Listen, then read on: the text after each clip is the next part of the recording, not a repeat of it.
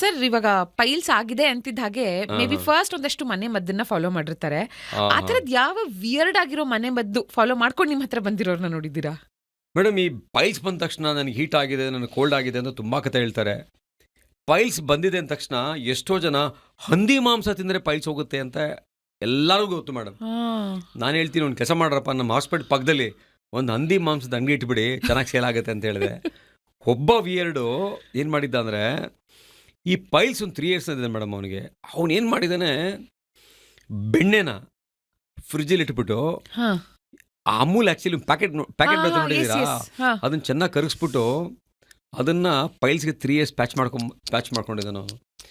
Grade 4 ವರೆಗೂ ಹಂಗೆ handle ಮಾಡ್ಕೊಂಬಂದಿದ್ದಾನೆ. ಅಯ್ಯಯ್ಯೋ. ಸೊ ಬೆಣ್ಣೆ ಇಟ್ಟರೆ ಕೂಲ್ ಆಗುತ್ತಂತೆ, ಕೂಲ್ ಆದರೆ ಪೈಲ್ಸು ಫ್ರೀಸ್ ಆಗುತ್ತಂತೆ. ಹೇಗೆಂದರೆ ಕ್ರಯೋ ಸರ್ಜರಿ ಅಂತ ಹಳೆ ಕಾಲದಲ್ಲಿ ಯಾರೋ ಕ್ವಾಕ್ಸ್ ಮಾಡ್ತಾಯಿದ್ರು. ಆ ಕ್ರಯೋ ಸರ್ಜರಿಗೆ ಕೂಲ್ ಆದರೆ ಆಗುತ್ತೆ ಅಂದ್ಬಿಟ್ಟು ಬೆಣ್ಣೆ ಇಟ್ಕೊಂಡು ಕಾಲ ಕಳೆದಿದ್ದಾನೆ. ಮೈ ಗಾಡ್. ಹಾಗೆ ಕ್ರಯೋ ಸರ್ಜರಿ ಅಂದರೆ ಕ್ರೈಮ್ ಅಂತ.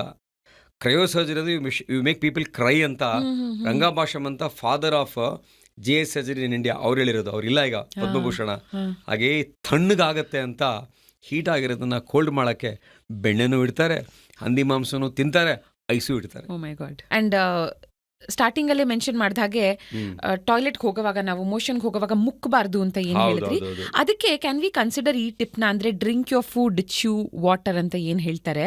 ಒಂದು ಚೆನ್ನಾಗಿ ಅಗದು ಆಹಾರವನ್ನ ತಿನ್ನೋದು, ಇನ್ನೊಂದು ಹೆಚ್ಚಾಗಿ ಈ ಲಿಕ್ವಿಡ್ ಫುಡ್ಸ್ ಗಳನ್ನ ಕನ್ಸ್ಯೂಮ್ ಮಾಡಿದಾಗ ಮುಕ್ಕೋ ಪ್ರಮೇಯ ಹೆಚ್ಚು ಬರೋದಿಲ್ವಾ ಅಂತ. ಹಾಂ, ನಾನು ಆಗಲೇ ಹೇಳಿದೆ, ಹಾ. ಕೆಲವ್ರು ಏನು ಮಾಡ್ತಾರೆ, ಸರ್ ನಾನು ನೀರು ಚೆನ್ನಾಗಿ ಕುಡಿತೀನಿ, ಹ್ಮ್. ಫ್ರೂಟ್ಸ್ ತಿಂತೀನಿ, ನಿದ್ದೆ ಮಾಡ್ತೀನಿ, ಹ್ಮ್. ಫಿಸಿಕಲ್ ಆ್ಯಕ್ಟಿವಿಟಿ ಇದೆ ಸರ್, ಬಟ್ ನಾನು ತುಂಬ ಮುಕ್ಕಬೇಕು ಸರ್ ಅಂತ. ಹಾ. ನಾನು ನಿಮ್ಗೆ ಆಗಲೇ ಹೇಳಿದ್ನಲ್ಲ, ಕಾನ್ಸ್ಟಿಪೇಷನು ಲೈಫ್ ಸ್ಟೈಲೇ ಬೇರೆ, ಹಾ. ಕಾನ್ಸ್ಟಿಪೇಷನ್ ಕಾಯಿಲೆನೇ ಬೇರೆ. ಹ್ಮ್. ಅರ್ಥ ಆಯ್ತಲ್ವಾ? ಸೊ ಜನ ಮುಕ್ಕಿದಾಗ ಅವ್ರು ಯಾಕೆ ಮುಕ್ತಾರೆ, ಯಾವ ಕಾರಣಕ್ಕೆ ಮುಕ್ತಾರೆ ಅಂತ ನೀಟಾಗಿ ಡಯಾಗ್ನೋಸ್ ಮಾಡಬೇಕು. ಕ್ಲಿಯರ್ ಆಯ್ತಲ್ಲ ಈಗ? Yes.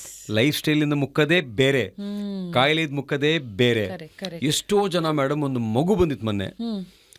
ಆ ಹುಡುಗ 12th ಸ್ಟ್ಯಾಂಡರ್ಡ್ ಪಾಪ. ಹುಡುಗ ಬಂದು ತುಂಬ ಡಲ್ಲಾಗಿ ಕೂತಿದ್ದ ಅವನು. ಅಮ್ಮ ಅಂತೂ ಬ್ಲಾಸ್ಟಿಂಗ್ ಲೆಫ್ಟ್ ಆ್ಯಂಡ್ ರೈಟು. ಇವನು ಜಂಕ್ ತಿಂತಾನೆ, ನೀರು ಕುಡಿಯಲ್ಲ, ತರಕಾರಿ ಮುಟ್ಟಲ್ಲ, ಹಣ್ಣು ತಿನ್ನಲ್ಲ ಅಂತ. ಅವನು ಇಲ್ಲ ಸರ್, ನಾನು ಎಲ್ಲ ತಿಂತೀನಿ ಸರ್ ಅಂತ. ಕಣ್ಣಲ್ಲಿ ನೀರು ಬರ್ತಾ ಇದೆ. ಹ್ಮ್. ನಾನು ಸುಮ್ಮನೆ ರೀ ಅಂದ್ಬಿಟ್ಟು, ಟೆಲ್ ಮಿ ನಾವು, ನೀನು ವಾಶ್ರೂಮಲ್ಲಿ ಎಷ್ಟೊತ್ತು ಕೂತ್ಕೋತೀಯ ಅಂದರೆ, ಆ ಹುಡುಗ ಸರ್ 30 ಮಿನಿಟ್ಸ್ ಸರ್ ಅಂತಾನೆ. ಹ್ಮ್. ಮತ್ತೆ ತಾಯಿ ಟ್ರಿಗರು, ಇನ್ನೇನಾಗುತ್ತೆ 30 ಮಿನಿಟ್ಸ್ ಇಲ್ಲದೆ, ನೀರು ಕುಡಿಯಲ್ಲ ಅವನು, ತರಕಾರಿ ತಿನ್ನಲ್ಲ ಅಂತ. ಅವರಪ್ಪನೂ ಸೇರಿಸ್ಕೊಂಡ್ಬಿಟ್ರು ಜೊತೆಗೆ. ಇಬ್ಬರು ಸೇರಿಕೊಂಡು ಮಗನ್ನ ಹಾಕೊಂಡು ಚೆನ್ನಾಗಿ ಅಲ್ಲಿ ರುಬ್ತವ್ರು ಹಾಕೊಂಡು. ಆ ಹುಡುಗನ ಕೇಳಿದ್ರೆ ಮೇಡಮ್, ಆ ಹುಡುಗ ಪಾಪ 12th PUC 5ನೇ ಕ್ಲಾಸ್ ಇದ್ದಾಗಿಂದ ಅವನಿಗೆ ಕಾನ್ಸ್ಟಿಪೇಷನ್ ಇದೆ. ಅಯ್ಯಯ್ಯೋ. ಹ್ಮ್, ಹ್ಮ್, ಹ್ಮ್. ಅದು ಏನು ಟ್ರೀಟಬಲ್ ಕಾನ್ಸ್ಟಿಪೇಷನ್ನು. ಅದನ್ನು ತಂದೆ ತಾಯಿ ಸುಮಾರು ಜನ ಈ ಶೋ ನೋಡ್ತಾ ಅವ್ರು ಯೋಚನೆ ಮಾಡಲಿ.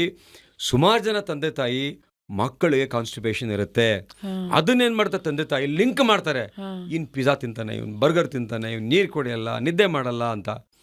ಹಾಗಾಗಿ ಯಾರೇ ಪೇರೆಂಟ್ಸು ಮಕ್ಕಳಿಗೆ ಕಾನ್ಸ್ಟಿಪೇಷನ್ ಆದಾಗ ಯಾಕೆ ಕಾನ್ಸ್ಟಿಪೇಷನ್ ಆಗಿದೆ ಅಂತ ಹ್ಮ್. ಡಾಕ್ಟ್ರ್ ಹತ್ರ ಬಂದು ತೋರಿಸ್ಕೊಳ್ಳೋದು ಭಾಳ ಒಳ್ಳೆಯದು. Yes. ಈ ಥರ ಇನ್ಸಿಡೆಂಟು ಎವ್ರಿ ಡೇ ಒಂದು ಸ್ಟೋರಿ ಮೇಡಮ್, ಮಕ್ಕಳ ಸ್ಟೋರಿ. ಹ್ಮ್. ಸೊ ಕಾನ್ಸ್ಟಿಪೇಷನ್ ಅಷ್ಟು ದೊಡ್ಡ ಇಶ್ಯೂ.